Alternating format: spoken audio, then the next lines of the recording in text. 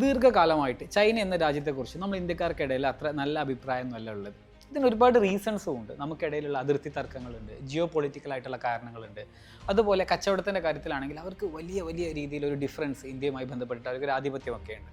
അപ്പോൾ ഇതൊക്കെ കാരണവും പിന്നെ അവിടെ എന്താ നടക്കുന്നത് എന്നുള്ളതിനെ കുറിച്ച് നമുക്ക് വ്യക്തമായ ധാരണയൊന്നുമില്ല. പാശ്ചാത്യ മാധ്യമങ്ങളിൽ നിന്നൊക്കെ കിട്ടുന്ന ഒരു ധാരണയാണെങ്കിൽ അതൊന്നും അത്ര തന്നെ നമുക്ക് പോസിറ്റീവായിട്ടുള്ള കാര്യങ്ങളുമല്ല. പക്ഷേ 2025 ഒരു പ്രത്യേകത എന്താണെന്ന് വെച്ചാൽ, ട്രംപ് വന്നതിന് ശേഷം ഇന്ത്യ ചൈന ബന്ധം ഒരുപാട് അടുക്കുകയുണ്ടായി. ഡ്രാഗണും ആനയൊക്കെ ഒരുമിച്ച് വരുന്നു എന്നുള്ള രീതിയിൽ കാരിക്കേച്ചറുകളും മറ്റുമൊക്കെ ഇരു രാജ്യങ്ങൾക്കിടയിൽ ഒരു പുതിയ ഊഷ്മളതയൊക്കെ വരുന്നതിൻ്റെ ലക്ഷണങ്ങളാണ്. ഫ്ലൈറ്റ് സർവീസുകൾ റെസ്യൂം ചെയ്യുന്നു.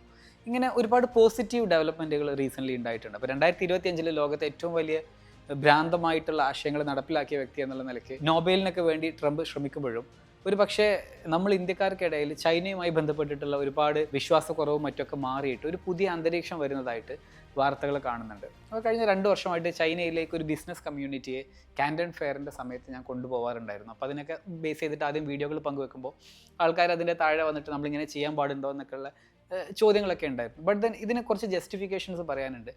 ഇന്ത്യയിലെ എല്ലാ പ്രധാനപ്പെട്ട ബിസിനസ് ഹൗസുകളും ചൈനയുമായിട്ട് ബിസിനസ് ചെയ്യുന്നുണ്ട്.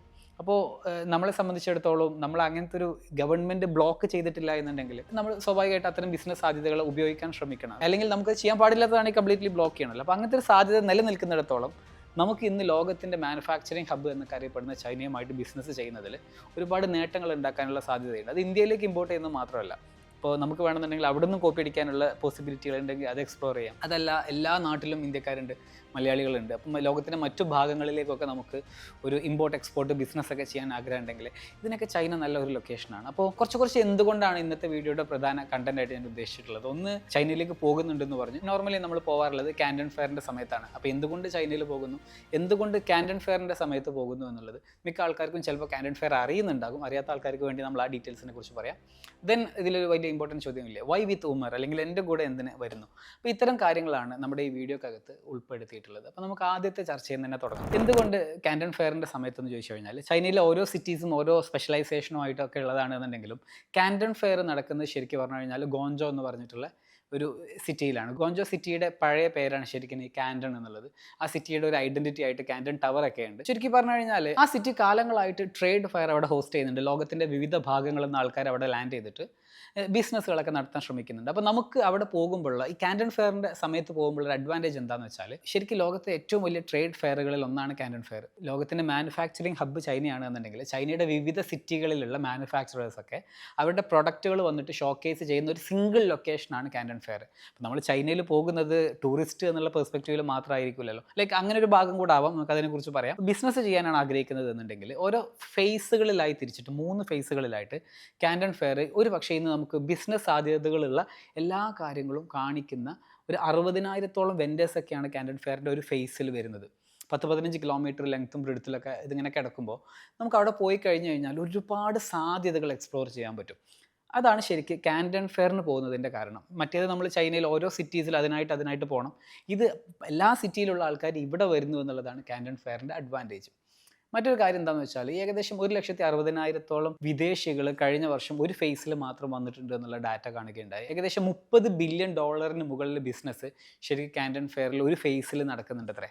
2025 കണക്കാണ്. ശരിക്കും നിങ്ങൾ ആലോചിച്ച് നോക്കി, അവിടെ വെറുതെ ഷോ ആയിട്ട് പോയി കാണുക മാത്രമല്ല ചെയ്യുന്നത്, ഒരുപാട് ബിസിനസ് ഡീലുകൾ അവിടെ സംഭവിക്കുന്നുണ്ട്. ചില മലയാളികൾക്കൊക്കെ ഉണ്ടാകുന്ന ഒരു ഇതെന്താണെന്ന് വെച്ചാൽ, നമ്മൾ അവിടെ പോയിട്ട് പെട്ടെന്നൊരു ബിസിനസ്സൊക്കെ തുടങ്ങാൻ സാധിക്കുമോ, അല്ലെങ്കിൽ അവിടെ പോയി കഴിഞ്ഞാൽ ഒറ്റയടിക്ക് എടുത്തിട്ട് ഷിപ്പ് ചെയ്യാൻ പറ്റുമോ എന്നൊക്കെ ചോദിച്ചാൽ അല്ല, അങ്ങനെയൊന്നും പറ്റില്ല. പകരം എന്താണെന്ന് വെച്ചാൽ, നമുക്ക് നല്ല മാർക്കറ്റ് നോഹോ ഒക്കെ ഉള്ള ആൾക്കാരാണ് നമ്മൾ എന്നുണ്ടെങ്കിൽ, നമ്മൾ നിലവിൽ ഏതെങ്കിലുമൊക്കെ മേഖലയിൽ ബിസിനസ് ചെയ്യുന്നുണ്ടെങ്കിൽ നമുക്ക് ആ മേഖലയിലേക്ക് കറക്റ്റ് ഗ്യാപ്പ് ഐഡൻറ്റിഫൈഡ് ആണെന്നുണ്ടെങ്കിൽ ചൈനയിൽ നിന്ന് അത് പ്ലഗ് ചെയ്യാൻ പറ്റും. ശരിക്കും അതിനാണ് നമ്മൾ കാൻഡൻ ഫെയറിലൂടെ സെർച്ച് ചെയ്ത് നടക്കേണ്ടതൊക്കെ. കാൻഡൻ ഫെയറിലേക്ക് പോകുന്നതിൻ്റെ റീസൺ അതാണ്. എന്താ വെച്ചാൽ, ഒരു കോൺസെൻട്രേഷൻ ഓഫ് നമുക്ക് ബിസിനസ് ശരിക്കും നമുക്ക് അവിടെ പോയാൽ കിട്ടും. പിന്നെ ആ സമയത്തൊക്കെ നല്ല നെറ്റ്വർക്കിംഗ് എബിലിറ്റി ഒക്കെ ഉള്ള ആൾക്കാരാണെന്നുണ്ടെങ്കിൽ നമുക്ക് മറ്റുള്ള രാജ്യങ്ങളിൽ നിന്നുള്ള ആൾക്കാരുമായിട്ടൊക്കെ നെറ്റ്വർക്ക് ചെയ്യാനുള്ള നല്ലൊരു പോസിബിലിറ്റി ഉണ്ട്. ഒരുപാട് 100 കണക്കിന് രാജ്യങ്ങളിൽ നിന്നുള്ള ആൾക്കാരെ നമുക്ക് ആ ഒരു വെന്യൂവിൽ നോക്കിക്കഴിഞ്ഞാൽ നമുക്ക് കാണാൻ പറ്റും. അപ്പോൾ ഇതാണ് ശരിക്കും കാൻഡൻ ഫെയർ എന്നുള്ളതിൻ്റെ ഒരു റീസൺ എന്ന് പറയുന്നത്.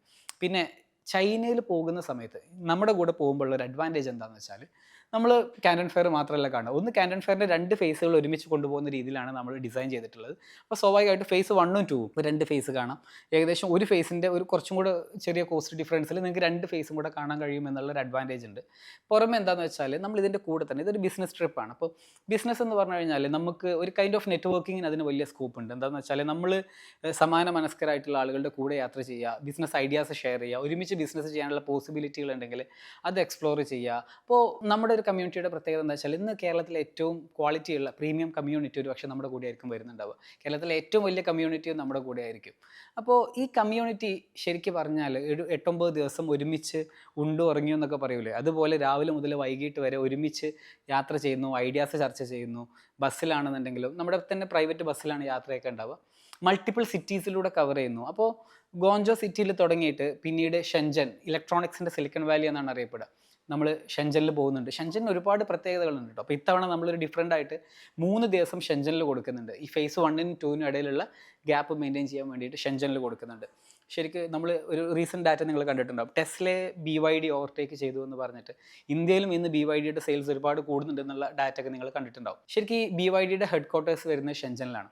ചൈനയിൽ 250-ലധികം കാർ മേക്കേഴ്സ് ഉണ്ട് കേട്ടോ. ഇന്ന് ലോകത്ത് കാർ പ്രൊഡക്ഷൻ്റെ നിയർലി 40% ചൈനയാണ് ചെയ്യുന്നത്.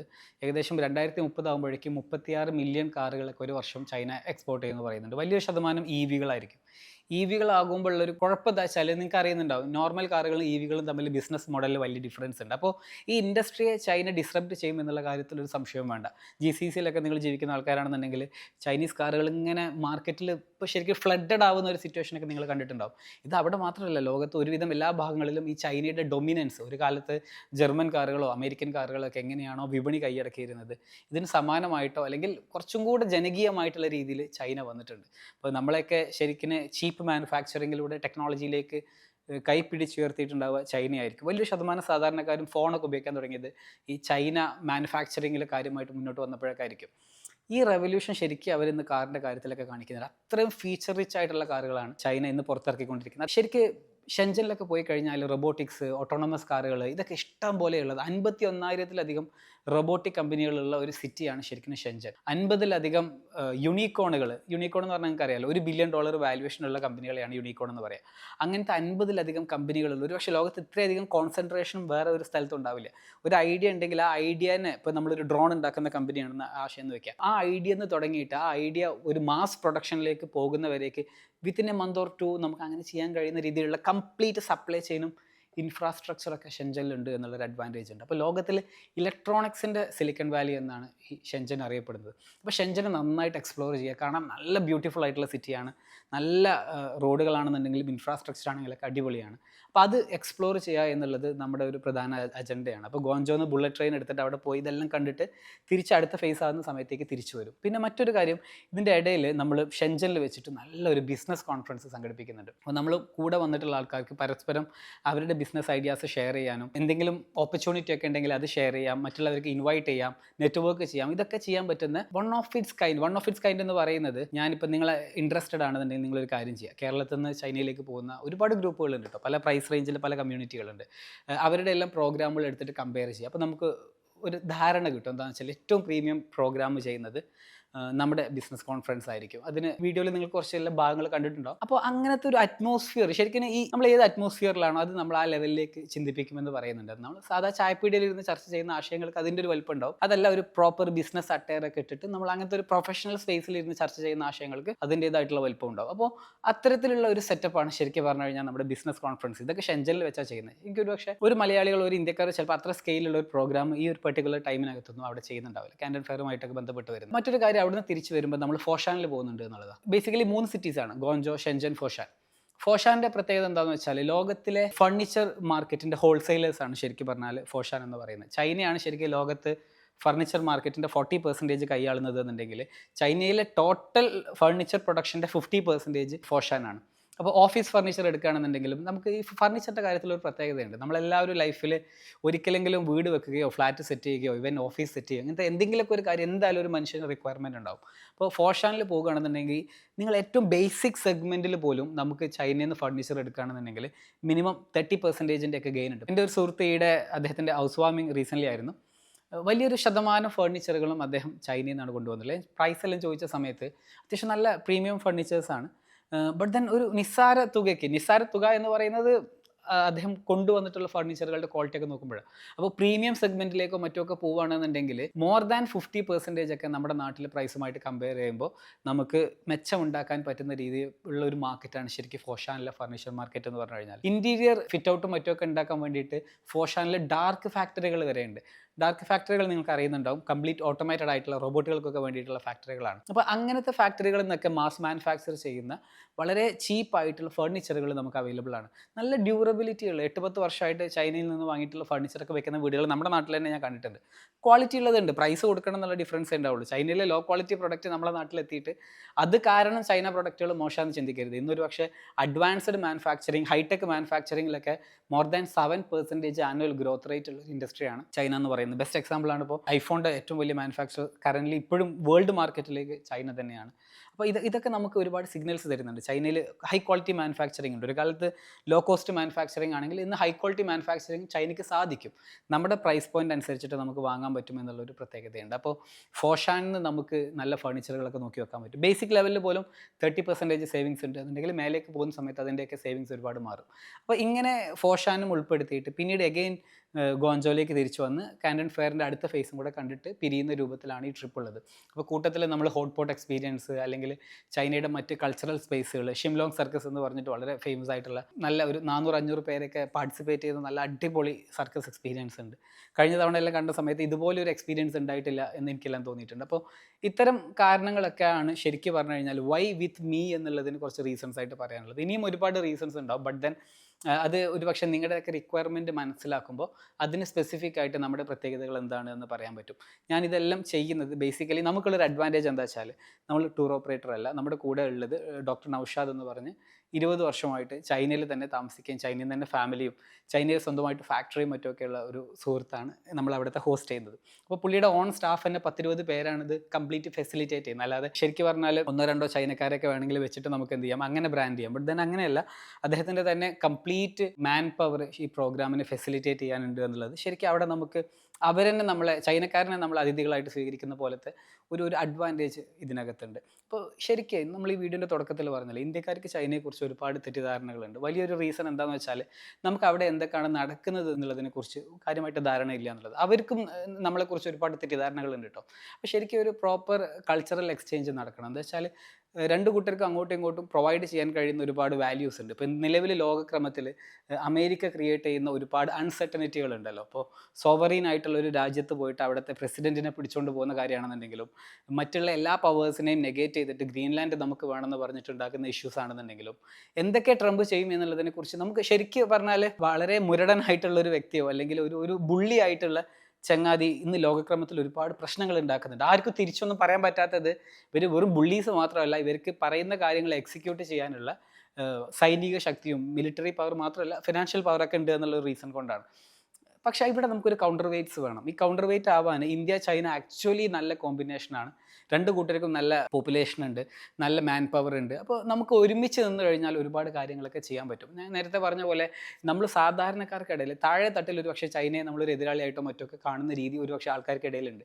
ബട്ട് ദെൻ നമ്മൾ നോക്കുമ്പോൾ ടോപ്പ് ലെവലിലുള്ള ഒരുപാട് ആൾക്കാർ ശരിക്കും അവർ ഒരുമിച്ച് വർക്ക് ചെയ്യുന്നുണ്ട്. ഇനിയുള്ള ലോകക്രമത്തിലും ചൈനയെ മാറ്റി നിർത്തിയിട്ടുള്ള ഒരു ലോകക്രമം ആർക്കും ഡിസൈൻ ചെയ്യാൻ കഴിയില്ല. അങ്ങനെയാണ് എന്നുണ്ടെങ്കിൽ പിന്നെ നമ്മൾ ചെയ്യേണ്ടത് എന്താണെന്ന് വെച്ച് കഴിഞ്ഞാൽ ആ മേഖലയിൽ ആ ലോകത്തിലെ ഏറ്റവും ടോപ്പറാവാനുള്ള ശ്രമം നടത്തുക എന്നുള്ളത്. ഇതിൻ്റെ കൂടെ നമ്മൾ ചേർത്ത് വായിക്കേണ്ടുന്ന ഒരു കാര്യം എന്താണെന്ന് വെച്ചാൽ ഇന്ന് ലോകത്ത് ഏറ്റവും കൂടുതൽ ഓട്ടോമേഷനും റോബോട്ടിക്സ് ഒക്കെ നടപ്പിലാക്കുന്ന രാജ്യം ചൈനയാണ്. റീസൺ സിമ്പിളാണ്, അവരുടെ നാട്ടിൽ പോപ്പുലേഷൻ കുറഞ്ഞുകൊണ്ടിരിക്കുകയാണ്. വൺ ചൈൽഡ് പോളിസി എന്നുള്ളൊരു വിഷയം മുൻപുണ്ടായിരുന്നെങ്കിൽ ഇന്ന് നിലവിൽ ആ പോളിസിയൊക്കെ എടുത്തു കളഞ്ഞെങ്കിലും യുവാക്കളാരും കല്യാണം കഴിക്കാൻ തയ്യാറാവുന്നില്ല. അതുകൊണ്ട് തന്നെ അടുത്ത ജനറേഷനിൽ ചൈനയ്ക്ക് അവരുടെ ഡൊമിനൻസ് നിലനിർത്തണം എന്നുണ്ടെങ്കിൽ ടെക്നോളജി കൂടിയേ തീരും. ഇപ്പോൾ എഐയുടെ കാര്യത്തിലൊക്കെ അമേരിക്കയുമായിട്ട് ശരിക്കും നന്നായിട്ട് മല്ലിട്ട് നിൽക്കുന്ന രാജ്യം ശരിക്കും ചൈനയാണ്. ചൈനീസ് ഡൊമിനൻസ് പലപ്പോഴും നമുക്കൊക്കെ നല്ല എന്ന് പറയുന്നുണ്ട്. ഇപ്പോൾ എഐയുടെ കാര്യത്തിലൊക്കെ ഓപ്പൺ സോഴ്സ് റെവല്യൂഷനൊക്കെ കൊണ്ടുവന്നത്, ഡീപ് സീക്കൊക്കെ വന്നത് വഴി കഴിഞ്ഞ വർഷം ഉണ്ടായ ഒരു ഇമ്പാക്റ്റ് ഒക്കെ നമ്മൾ ശ്രദ്ധിച്ചിട്ടുണ്ടാവുമല്ലോ. അപ്പോൾ ശരിക്കും ചൈനയെക്കുറിച്ചുള്ള തെറ്റിദ്ധാരണകളിൽ വലിയൊരു ശതമാനവും ചൈനയെ നേരിട്ട് കാണാത്ത കൊണ്ടാണെന്നൊക്കെ എനിക്ക് തോന്നിയിട്ടുണ്ട്. എന്താ വെച്ചാൽ പലപ്പോഴും നമ്മൾ പരിചയപ്പെടാത്ത സംസ്കാരങ്ങളും ഭാഷയും മറ്റും എല്ലാം പേടിയാണ്. അപ്പോൾ നമുക്കറിയാത്ത ഒരാളെ നമ്മൾ ആദ്യം ഭയങ്കര സസ്പീഷ്യസ് ആയിട്ടല്ല കാണുക. ബട്ട് ദെൻ പരിചയപ്പെട്ട് അവരുമായിട്ട് സംസാരിക്കുമ്പോൾ നമുക്ക് ഒരുപാട് റിലേറ്റബിൾ ആയിട്ടുള്ള കാര്യങ്ങളുണ്ടാവും. ചൈനക്കാരുടെ കാര്യത്തിലാണെങ്കിൽ നല്ല സ്നേഹമുള്ള മനുഷ്യന്മാരാണ്, നല്ല ഫാമിലി വാല്യൂസ് ഉള്ള ആൾക്കാരാണ്. അവരുടെ ഭക്ഷണ സംസ്കാരവും മറ്റൊക്കെ ആണെന്നുണ്ടെങ്കിലും നല്ല രസമാണ്. അല്ലാതെ പ്രാണികളെയോ മറ്റൊക്കെ കഴിക്കുന്ന അങ്ങനെ നമ്മൾ കേൾക്കുന്ന ഒരുപാട് നരേഷൻസ് ഉണ്ടാവുമല്ലോ. അത് പൂർണ്ണ അർത്ഥത്തിൽ ശരിയല്ല, അല്ലെങ്കിൽ അതൊരു ഓവറോൾ ചൈനയെ നമുക്ക് പറയാൻ പറ്റുന്ന കാര്യമല്ല. അത് നമ്മുടെ നാട്ടിലും അതുപോലെ നായയൊക്കെ ഭക്ഷിക്കുന്ന ഭാഗങ്ങളൊക്കെ ഇന്ത്യയിലുണ്ട് എന്ന് കരുതി ഇന്ത്യക്കാരെല്ലാവരും നായയെ ഭക്ഷിക്കുന്നവരല്ല. ഇന്ത്യക്കാരെല്ലാവരും ബോളിവുഡ് ഡാൻസിന് ഇങ്ങനെ കളിക്കുന്ന ആൾക്കാരല്ല. ലൈക്ക് അങ്ങനത്തെ ഒക്കെ ചിന്തകൾ അവിടെയുണ്ട്. ശരിക്കും ഈ ഒരു പ്രോപ്പർ കൾച്ചറൽ എക്സ്ചേഞ്ച് നടന്നു കഴിഞ്ഞാൽ അങ്ങോട്ടും ഇങ്ങോട്ടുള്ള ഒരുപാട് ഇൻസെക്യൂരിറ്റികൾ മാറ്റാൻ പറ്റും. അതിനൊക്കെ പറ്റുന്ന ഒരു വേദി ഒരുക്കുക എന്നുള്ളതും കൂടിയാണ് ശരിക്കും പറഞ്ഞു കഴിഞ്ഞാൽ ഈ ട്രിപ്പ് വഴി ഉദ്ദേശിക്കുന്നത്. നമ്മുടെയൊക്കെ ജീവിതത്തിൽ ഒരുപാട്, ഇന്നിപ്പോൾ കോവിഡിന് ശേഷം ആൾക്കാർ ഒരുപാട് യാത്രയൊക്കെ ചെയ്യാൻ തുടങ്ങിയില്ലേ. അപ്പോൾ നിങ്ങൾക്ക് അങ്ങനെ ശരിക്ക് ബിസിനസ് തന്നെ ചെയ്തോളണം എന്ന് നിർബന്ധമില്ല. ബട്ട് ദെൻ അങ്ങനെ നന്നായിട്ട് എക്സ്പ്ലോർ ചെയ്യാൻ പറ്റുന്ന ഒരു ലൊക്കേഷനാണ് ചൈന. ആ നിലയ്ക്ക് നിങ്ങൾക്ക് ചൈന വിസിറ്റ് ചെയ്യാം. ബട്ട് ദെൻ അത് നല്ലൊരു കമ്മ്യൂണിറ്റിയുടെ കൂടെ ആവുകയാണെന്നുണ്ടെങ്കിൽ ലൈഫ് ലോങ്ങിലേക്ക് ശരിക്കും ഒരു പ്രായം കഴിഞ്ഞ് കഴിഞ്ഞാൽ പിന്നെ നിങ്ങൾക്ക് പുതിയ ഫ്രണ്ട്സിനെയൊക്കെ ഉണ്ടാക്കുക എന്നുള്ളത് ഭയങ്കര ടഫായിട്ടുള്ള കാര്യം. കോളേജോ സ്കൂളൊക്കെ കഴിഞ്ഞിട്ടുണ്ടെങ്കിൽ പിന്നെ ഒരു ഫ്രണ്ടിനെ കിട്ടാൻ ഭയങ്കര ടഫാണ്. കാരണം എന്താ വെച്ചാൽ നമ്മളുമായിട്ട് ഇടപഴകുന്ന ആൾക്കാർക്കൊക്കെ എന്തെങ്കിലുമൊക്കെ ലക്ഷ്യങ്ങളുണ്ടാവും. ആ ലക്ഷ്യങ്ങൾ പലപ്പോഴും നമ്മുടെ ലക്ഷ്യങ്ങളുമായിട്ട് കോമ്പീറ്റ് ചെയ്യുന്നുണ്ടാവും. അതൊക്കെ പ്രയാസമായിരിക്കും. ബട്ട് ദെൻ ഒരു യാത്രയിലൊക്കെ നമ്മൾ ഒരുമിച്ച് കൂടുമ്പോൾ രാവിലെ മുതൽ രാത്രി വരെ ഒരുമിച്ചുണ്ടാകും, ഒരുപാട് ഡിസ്കഷൻസിലൊക്കെ ഇടപഴകുമ്പോൾ നമുക്ക് ശരിക്കും നമ്മുടെ വാല്യൂസുമായിട്ട് ഒത്തുപോകുന്ന ആൾക്കാരെ പരിചയപ്പെടാനൊക്കെ സാധിക്കും. അപ്പോൾ ഒരു പ്രീമിയം ക്വാളിറ്റി ആൾക്കാർക്ക് ഒരുമിച്ച് വരാൻ പറ്റുന്ന ഒരു പ്ലാറ്റ്ഫോം സൃഷ്ടിക്കുക എന്നുള്ളതാണ് ഞാൻ ശ്രമിച്ചിട്ടുള്ളത്. അത് നല്ല വിജയകരമായിട്ട് മുന്നോട്ട് പോകുന്നുണ്ട്. കഴിഞ്ഞ വർഷത്തിൽ മാത്രം 250ഓളം ഓൺടർപ്രണേഴ്സ് ലോകത്തിലെ 10ലധികം രാജ്യങ്ങളിൽ നിന്ന് നമ്മുടെ കൂടെ വന്നിട്ട് ഇന്ന് നല്ല രീതിയിൽ പരസ്പരം ബിസിനസ്സൊക്കെ ചെയ്ത് മുന്നോട്ട് പോകുന്നവരുണ്ട്. ചൈനയിൽ നിന്ന് ബിസിനസ് ചെയ്യുന്നവരുണ്ട്. അപ്പോൾ ഈ വർഷവും ആ ഒരു പാത കണ്ടിന്യൂ ചെയ്യണമെന്ന് ആഗ്രഹിക്കുന്നുണ്ട്. അതിൻ്റെ ഭാഗമായിട്ടാണ് ശരിക്കും പറഞ്ഞു കഴിഞ്ഞാൽ ഈ ചൈനയിലേക്കുള്ള ട്രിപ്പ് കൊണ്ടുപോകുക എന്നുള്ളതിനെ കൊണ്ട് ഉദ്ദേശിക്കുന്നത്. നിങ്ങൾക്ക് ഈ പ്രോഗ്രാമിൻ്റെ ഫർദർ ഡീറ്റെയിൽസ് ഒക്കെ അറിയണമെന്നുണ്ടെങ്കിൽ നിങ്ങൾക്ക് 1-on-1 മീറ്റിംഗ് ഒക്കെ സെറ്റ് ചെയ്തിട്ട് ഇത് ശരിക്കും എന്താ കഴിഞ്ഞ വെച്ചാൽ നിങ്ങൾക്ക് ഇതെങ്ങനെ ഉപകാരപ്പെടും എന്നുള്ളത് വളരെ പ്രസക്തമായിട്ടുള്ളൊരു ചോദ്യമാണ്. ഒരു ടൂറിസ്റ്റ് എന്നുള്ള നിലയിൽ മാത്രമല്ലാതെ ഒരു ബിസിനസ്സൊക്കെ ചെയ്യുന്ന ആളാണെന്നുണ്ടെങ്കിൽ നിങ്ങൾക്ക് ഏത് രീതിയിൽ ഇത് ഉപകാരപ്പെടും എന്നുള്ളത് ചർച്ച ചെയ്യേണ്ടതുണ്ട്. അപ്പോൾ നമ്മുടെ ഒരു സ്ട്രെങ്ത് എന്താണെന്ന് വെച്ചാൽ ഞാൻ നേരത്തെ പറഞ്ഞുതരാം. നമ്മൾ ഹോസ്റ്റ് ചെയ്യുന്ന ഡോക്ടർ നൗഷാദിന് സ്മാർട്ട് മാനുഫാക്ചറിങ്ങിൽ നല്ല പ്രാവീണ്യമുള്ള ആളാണ്. അദ്ദേഹത്തിൻ്റെ കമ്പനിയും അതുമായി ബന്ധപ്പെട്ടിട്ടുണ്ട്. അതുപോലെ നമ്മുടെ കാര്യമാണെന്നുണ്ടെങ്കിലും AI പോലെയുള്ള ടെക്നോളജികളാണെന്നുണ്ടെങ്കിലും ടെക്നോളജി എഡ്യൂക്കേഷൻ പ്രൊവൈഡ് ചെയ്യുന്നതാണെങ്കിലും ബിസിനസ് ലെസൺസ് പ്രൊവൈഡ് ചെയ്യുന്ന കാര്യത്തിലാണെങ്കിലും നമുക്കൊരു പ്രാവീണ്യമുണ്ട്. ഇത് രണ്ടിൻ്റെയും ഒരു നല്ല കോമ്പിനേഷൻ കേരളത്തിൽ മറ്റാരും ഓഫർ ചെയ്യുന്നുണ്ടാവില്ല എന്നുള്ളതാണ് നമ്മുടെ കൂടെ എന്തുകൊണ്ട് കാനൺ ഫെയറിന് നിങ്ങൾ വരണം എന്നുള്ളതിൻ്റെ ഒരു ജസ്റ്റിഫിക്കേഷനായിട്ട് പറയാനുള്ളത്. കൂടുതൽ അറിയണമെന്നുണ്ടെങ്കിൽ സ്ക്രീനിൽ കാണുന്ന ഈ നമ്പറുകളിൽ കോൺടാക്റ്റ് ചെയ്താൽ മതി.